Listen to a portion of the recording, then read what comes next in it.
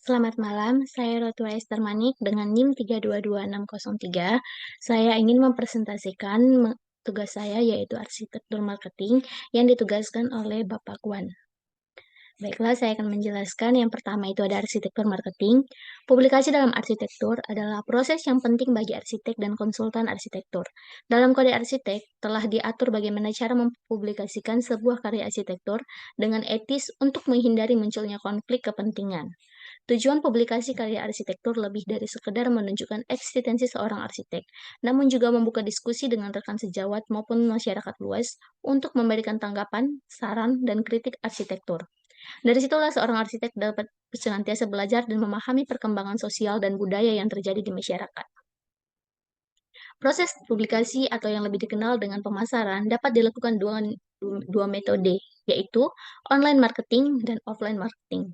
Dengan adanya internet, dan teknologi yang semakin maju dan memudahkan perusahaan-perusahaan dalam melakukan proses pemasaran dengan tujuan jangkauan pasar yang lebih luas dan tepat sasaran, serta penggunaan yang lebih praktis.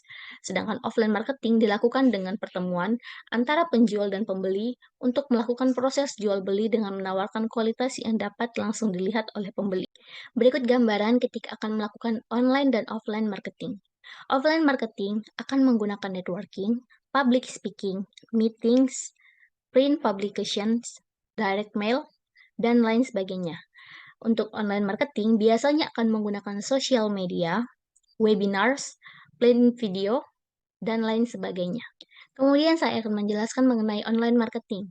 Di masa globalisasi, banyak orang yang terus bersaing demi tingkatan sistem pemasaran melalui banyak metode dengan memanfaatkan teknologi, yaitu dengan internet. Menurut Prasetyo, pada tahun 2019, internet yang berarti jaringan komputer yang saling tersambung antara satu komputer serta komputer lainnya yang membentuk suatu jaringan komputer di seluruh dunia sehingga mampu saling berhubungan, berinteraksi, saling bertukar informasi atau data. Mengapa kita harus menggunakan strategi digital marketing untuk mengembangkan bisnis yang dijalani? Berikut beberapa alasan yang bisa kita dapatkan. Yang pertama, digital marketing dapat diterapkan untuk semua jenis bisnis. Yang kedua, mampu meningkatkan jumlah pendapatan dengan efektif.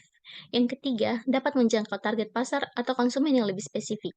Yang keempat, semua gadget bisa dipakai untuk menjalankan digital marketing. Dan terakhir, mampu membantu membangun brand bisnis yang dimiliki. Cara untuk melakukan arsitektur online marketing juga sangat mudah dilakukan. Fitur belanja pada platform digunakan untuk memilih barang yang akan dibeli oleh customer, kemudian pembeli akan diarahkan ke situs keranjang belanja atau diarahkan ke pembayaran sebagai biaya transaksi terjadinya jual beli dalam platform tersebut. Ketika pembayaran telah dilakukan dengan menunjukkan bukti biaya pengiriman, maka seller akan membuat pesanan sesuai dengan request oleh customer dan akan dikirim melalui jasa kurir untuk meningkatkan rasa kepuasan customer sebagai bahan referensi seller untuk pesanan berikutnya. Maka customer diharapkan dapat memberikan rasa kepuasannya terhadap seller tersebut dengan memberikan bintang atau saran atau berbentuk kritik di dalam komentar situs webnya. Untuk lebih jelasnya, berikut gambaran mengenai arsitektur online marketing. Yang pertama ada view card. View card itu berfungsi untuk pembeli atau customer yang akan mereview barang apa yang akan dibelinya. Kemudian, ketika barang yang dia sudah memutuskan untuk membeli barang tersebut, pembeli akan diarahkan untuk menambahkan barang tersebut ke dalam keranjang belanja. Di keranjang belanja, pembeli akan disuguhkan beberapa pilihan seperti ukuran untuk beberapa barang atau jenisnya, warna, atau lain sebagainya.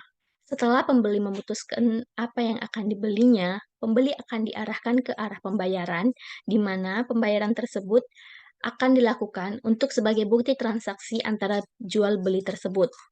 Setelah melakukan pembayaran, seller akan membuat pesanan sesuai dengan pesanan customer, kemudian akan dikirim melalui jasa kurir, yang kemudian setelah akan diterima, seller akan meminta pendapat atau rasa kepuasan dari pembeli tersebut untuk review ke depannya.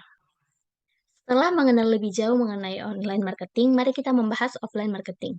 Offline marketing adalah strategi pemasaran yang dilakukan untuk menarik target konsumen dengan membuat spanduk di sekitar toko atau bisa juga dengan membagikan brosur.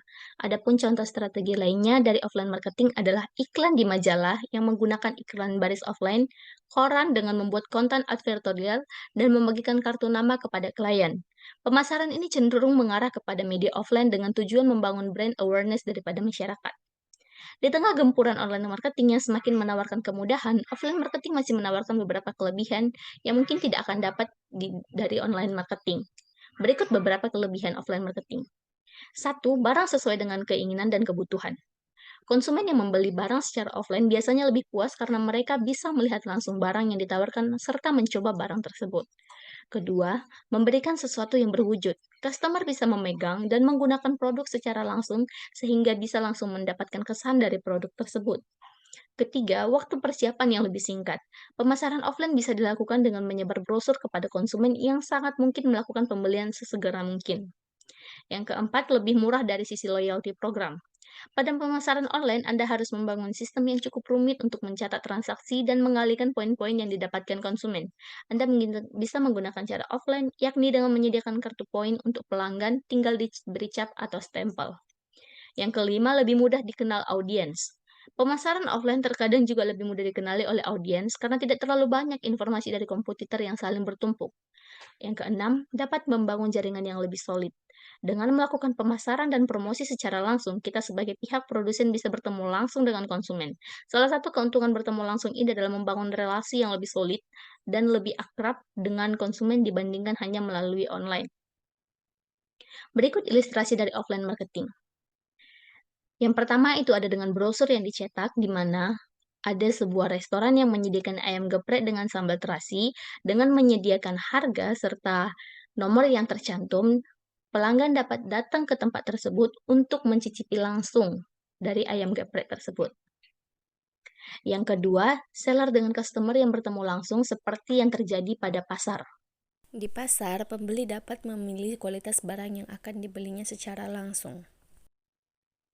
Sekian penjelasan saya mengenai arsitektur marketing yang dimana terdapat ada dua, yaitu online marketing dan offline marketing.